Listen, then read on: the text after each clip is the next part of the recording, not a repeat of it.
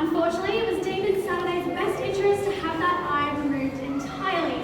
So, after being rehabilitated by SeaWorld on the Gold Coast and having that eye removed by specialists who flew all the way from the USA, Saturday came to join us here at Sea Life as my personal favourite ambassador for her species. Hi Saturday, thanks for joining us. Can we get that fish down? And then, she would be very polite to give everyone a big wave hello. Thanks Saturday. So Saturday here is a long-nosed fur seal, and she gets her name thanks to her long and pointy nose and her fur coat that covers her whole body. That fur coat is actually one of her most essential features. It's thick, it's double-layered, and it helps to keep her nice and warm on a chilly day. It's so thick, in fact, that it's actually considered to be the second densest fur coat of any animal in the animal kingdom, second only to the sea otter. But let's do a bit of a comparison. I want you all to make a circle just like this.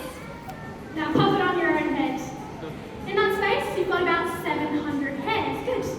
But if I was to pop that very same circle on Saturday here, she's got up to 600,000. Whoa. So of course, that fur coat helps to keep her nice and warm on a chilly day. But when summer hits and Saturday needs a way to cool down, thankfully she's got the perfect adaptation. See, Saturday here has no fur on her flippers. So by popping them up into the cool sea breeze, that cool air will come along, cool down that blood, good, and then she can selectively recirculate it throughout the rest of her body to bring down her overall body temperature. It's a form of thermoregulation called sailing. Thanks, Saturday. But Saturday here as well, being a long-nosed fur seal, she's got what's called a rotating hip joint. This means that she can easily walk, run, and even climb across the land. So strong, in fact, she can even use it to support her entire body weight. All she needs to do is tuck those rear flippers up underneath her body, stretch those front limbs out, and continue on her way. A big slide to finish it off. Thank you, Saturday.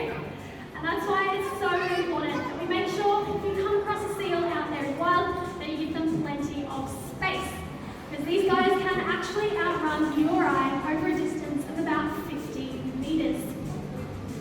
But of course, motion with that hip joint would be nothing without the help of her incredible flippers. And Saturday here has two sets. She's got those larger front flippers that she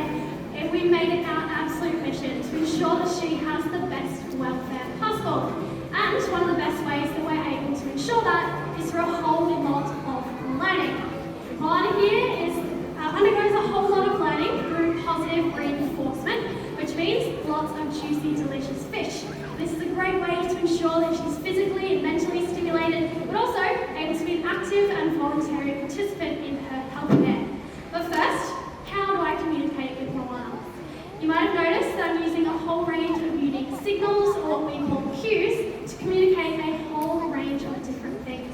So a cue could be a simple body movement, like if I bend my knees and show that pointy nose, and as soon as I reach into the pouch, she's going to stop touching that nose and follow it up with lots of fish to say thank you and well done. But cues can also be where I place my body around the exhibit as well. So a big step back and across. It's going to ask Moana to show you her beautiful body shape. Nice, so we can utilise all these different forms of learning and all these different cues to ensure that Moana has the best healthcare here with us at Sea Life. Utilising those cues, we can undergo a daily physical health check every single morning with Moana. So, nice and simple, the first thing I have to do is simply point to the floor. Moana's going to lay down, I can walk around, check her all over, make sure there's no lumps, bumps or anything unusual, and she's going to remain in that position until she hears the magic word, good. And she's going to sit up and get lots of fish to say thank you and well done.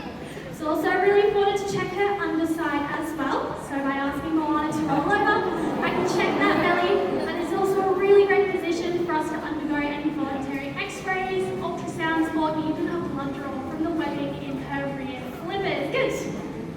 Oh, what? Sorry, I promise it works. But of course, this is not the only form of learning that is so essential for Moana's care. It's really important that we can utilise this form of positive reinforcement learning to encourage Moana to get plenty of physical exercise. So, we can train a whole range of high energy behaviours that allow Moana to get this exercise, but also exhibit the exact types of movements and behaviours that you'd see out there in the wild. Let's take a look at some of Moana's favourites.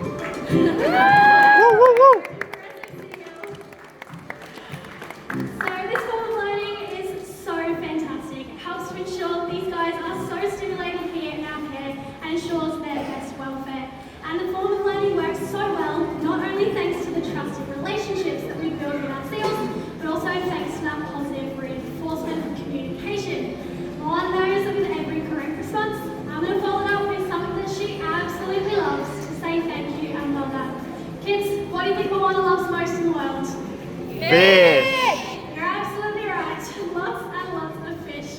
Moana is eating 2.5 kilos of fish every single day. And as you can see, it comes really easily to her.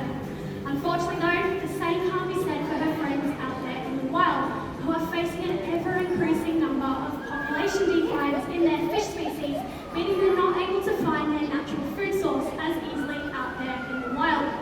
The best way that we can help is to ensure that we're buying sustainably sourced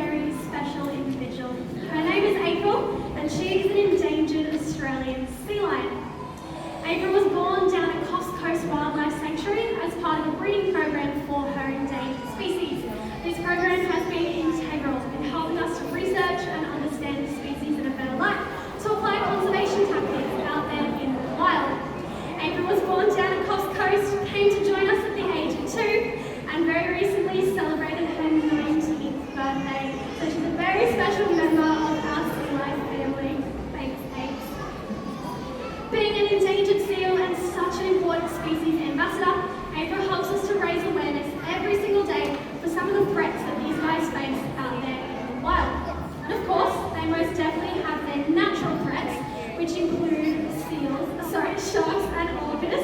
Yes, they do. But these guys are so well adapted to outsmart and outmaneuver their predators. Jump back up this way, April. Thanks to that incredible strength, flexibility, and agility, seals just like April are perfectly equipped to deal with their natural predators. You want to show us how strong you are, April?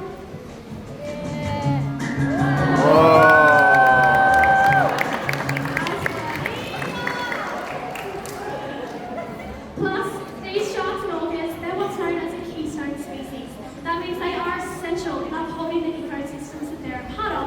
Without them, these ecosystems would simply break down or disappear entirely. So they most definitely deserve our protection out in our oceans as well. But April here can tell you there is something much scarier lurking out there in our oceans, making prey of our marine life. And that is marine pollution. I understand that we hear a lot about plastic, but we can oftentimes forget where it all starts. And that is right here on land.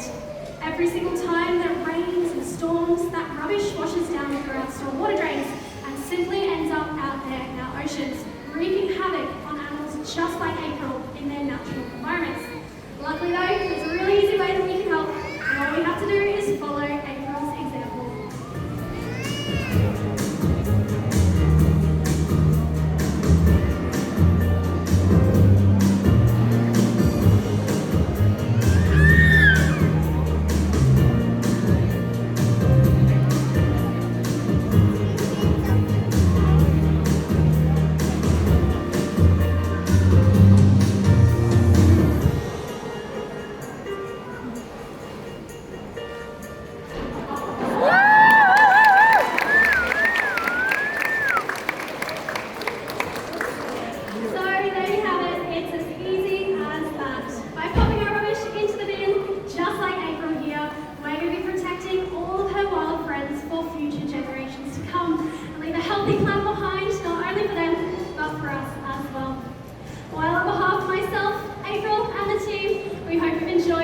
Presentation here this afternoon, and you've been able to fall in love with these seals just as